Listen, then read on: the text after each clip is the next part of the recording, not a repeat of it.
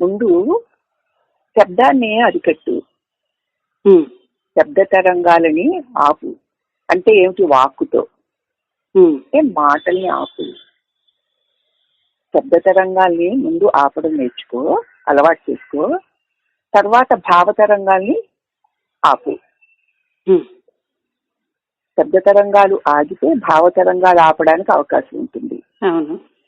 భావ తరంగాలు ఆగితే ఆనంద సాగరంలో ప్రశాంతిగా ఉండగలుగుతావు. కాబట్టి భావ తరంగాలు ఆగాలి అంటే ముందు నువ్వు శబ్ద తరంగాలని ఆపాలి. అంటే వాంగ్మౌనాన్ని అవలంబించాలి.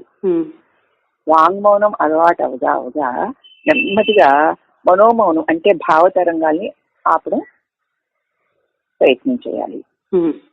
భావతరంగాలు కూడా ఆగితే నిస్తరంగా సాగరంగా అలాగా నీవు శాంతి స్థితిని అనుభవించగలుగుతావు. కాబట్టి ఎన్ని సాధనలు ఎన్ని విధాలుగా చెప్పినా ముందు శబ్ద తరంగాలు ఆగాలి. అంటే వాంగ్మౌనం అవలంబించాలి. సాధ్యమైనంత వరకు వాంగ్మౌనాన్ని అవలంబించు.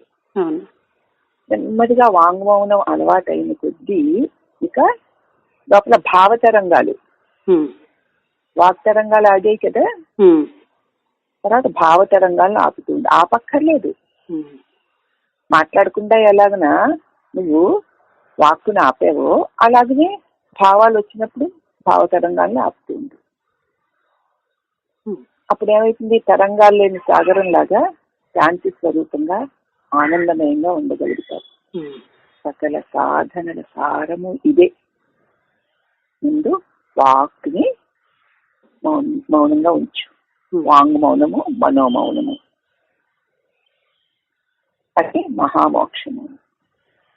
హరి ఓం.